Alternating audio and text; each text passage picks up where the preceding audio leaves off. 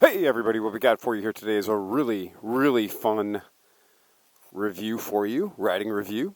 This is a 2015 Kawasaki Versys, and this one is interesting because it's fully loaded.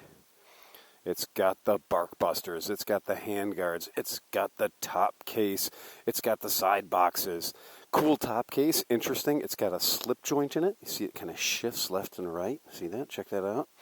I talked to some different people about it, and it's designed to move around a little bit so that when you get that air passing over it, and it doesn't give the bike the wobble. So if you ever had top cases on your KLR 650 or your big adventure bike, you got a big 35-liter case on the back, you'll notice when that box is on there, you get the little shimmy.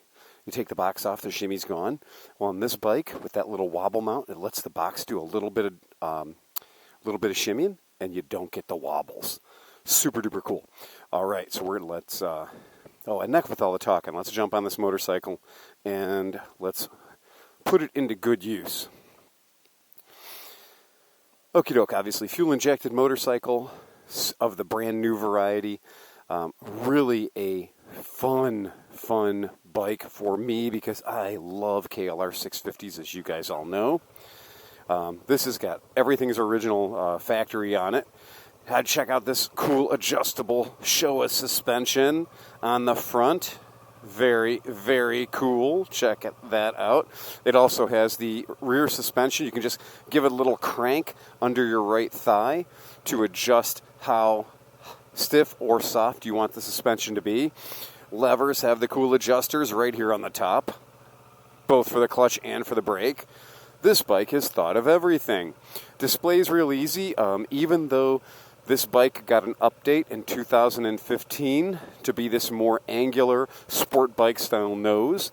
It did retain the Punisher-shaped, skull-shaped speedometer from the 2014 and earlier models.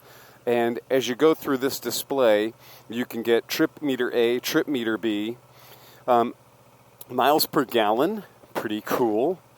You can get average miles per gallon. You can get your range. And you can get, of course, the odometer, this bike having 1,123 miles on it. Super duper cool. Really dig this. So, a fun bike to ride. Of course, this bike has ABS on it. And let's go out. The windshield's adjustable. It's got about a 3-inch slot there, so it can be adjusted up or down. Not a huge windshield, but does an admirable job, I must say, of controlling the wind. Go visor down here.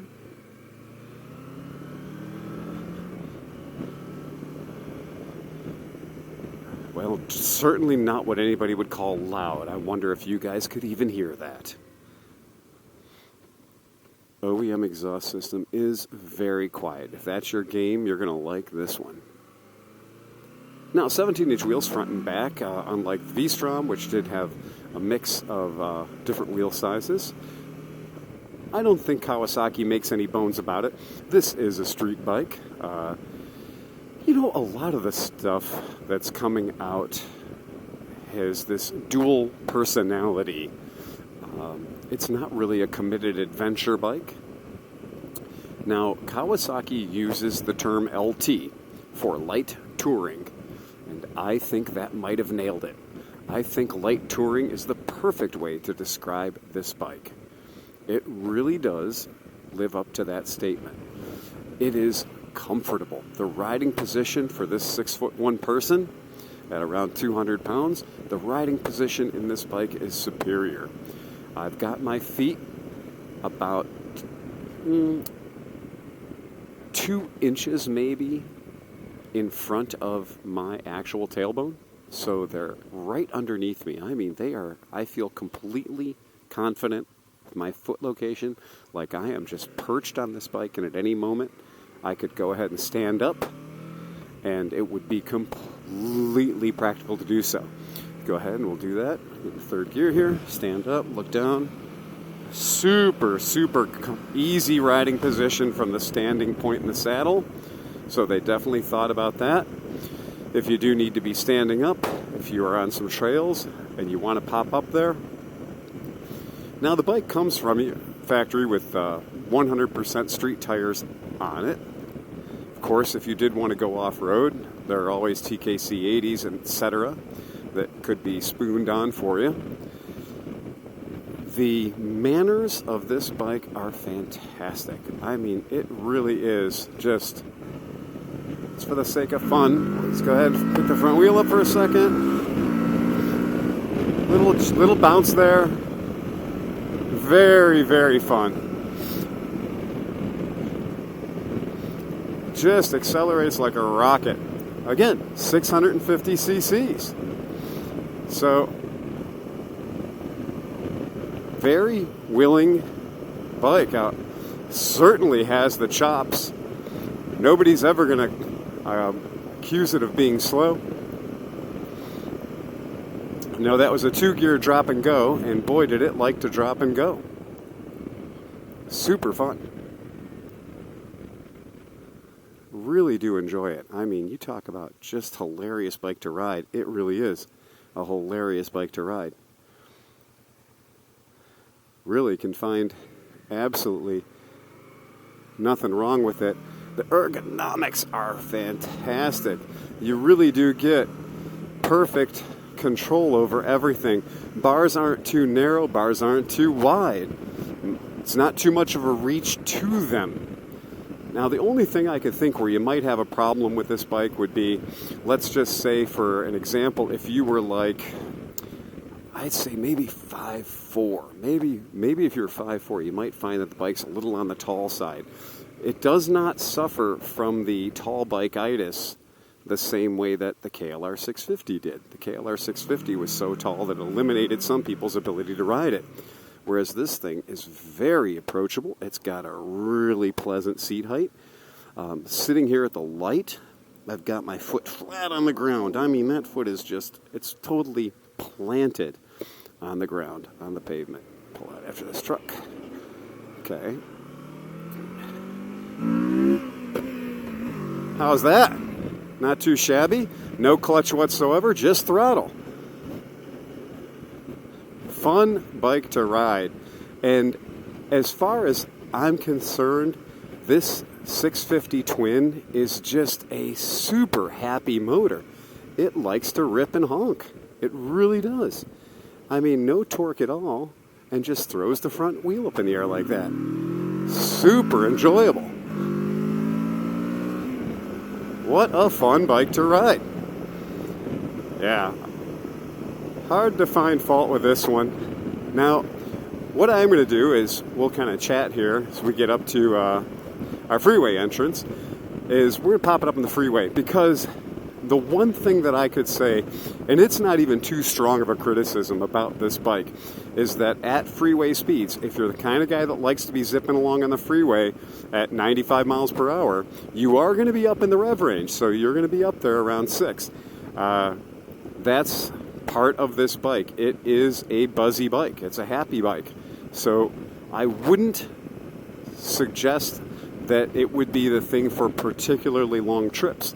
Now, I got to be careful the way I say that, because the bike would probably eat up a long trip, but maybe it's just us. Maybe it's just we don't want to hear the bike at 6,000 RPM for an extended period of time. Because I honestly don't think that this bike is going to have any problems with that.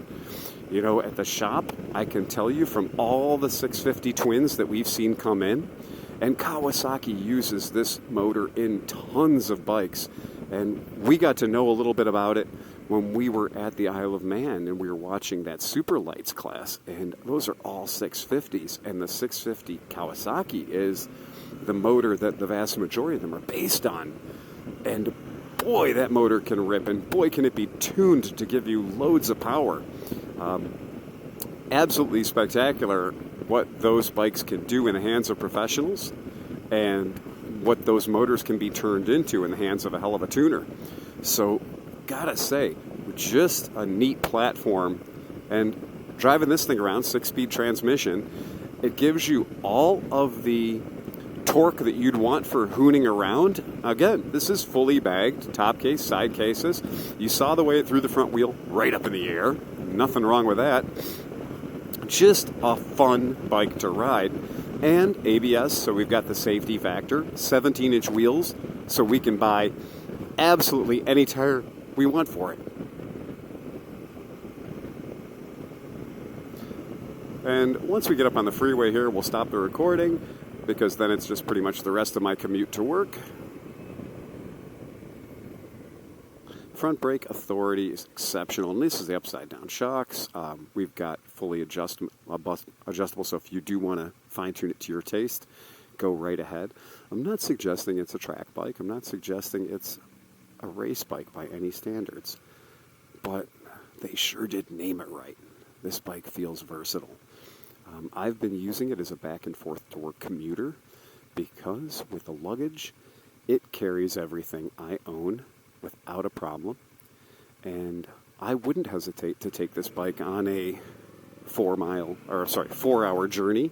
I don't know if I'd go cross-country on it, but for heading down the road 150, 250 miles, I sure do think that this thing would be perfect. Plus, the biggest problem with a lot of touring bikes is when you get to your destination, you got the wrong bike.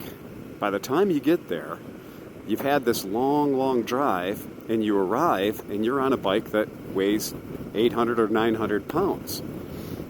With this bike, when you arrive, you've got a bike that's loads of fun to ride. A little something about the gear. Today I'm wearing a Bell Qualifier helmet.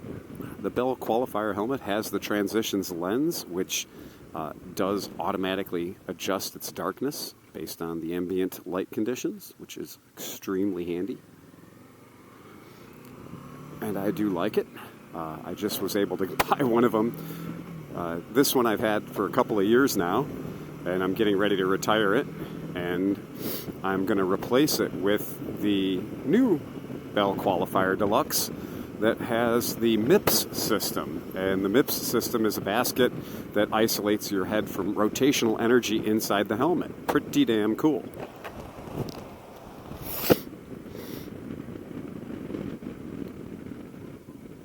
So trail braking the bike in is just easy, super planted, and ended up coming in much shorter than I do on the Ducati Multistrada because of the lightness of this bike.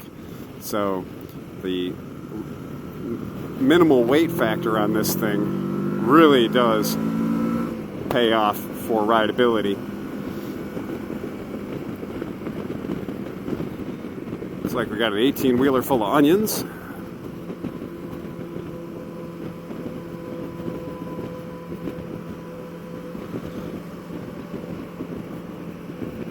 Well, we're not in top gear yet.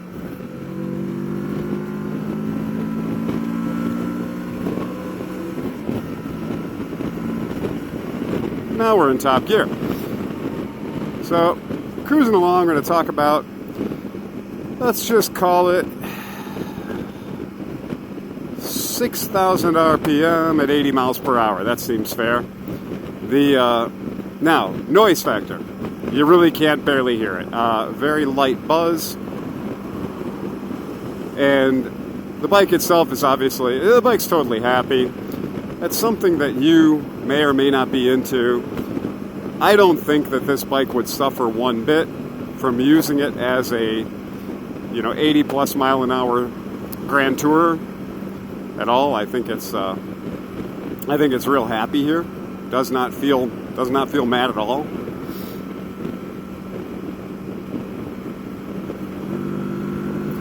Top gear roll on. That was 80 to 100.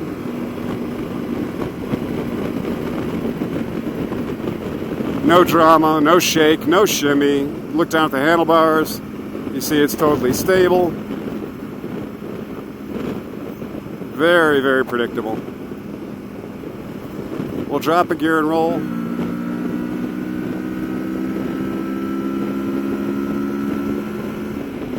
Now sixth. Again, totally predictable. Yeah, does not hesitate to do it one bit. There's certainly no lack of guts there. It adds 20 miles per hour real fast. So I do like this bike. This is one of those things that if you're looking for an all-rounder, if you're looking for a scalpel around town, but it's no big deal to put bags on and go for the weekend trip,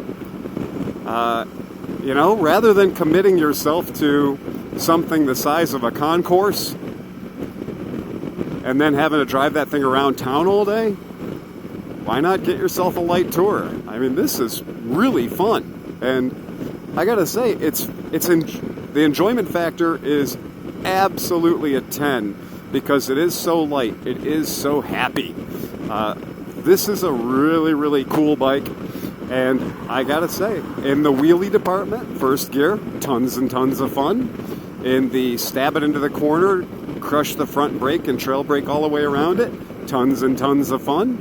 And on the freeway, cruising along 70 to 90 miles per hour, totally happy. So hard to not love this thing.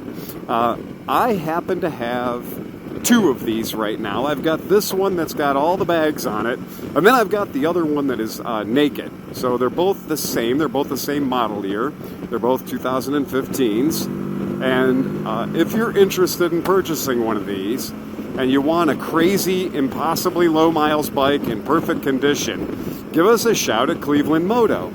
That's www.clevelandmoto.com. I'm sure by now you know how to get in touch with us. And remember, folks, to ride fast and take chances.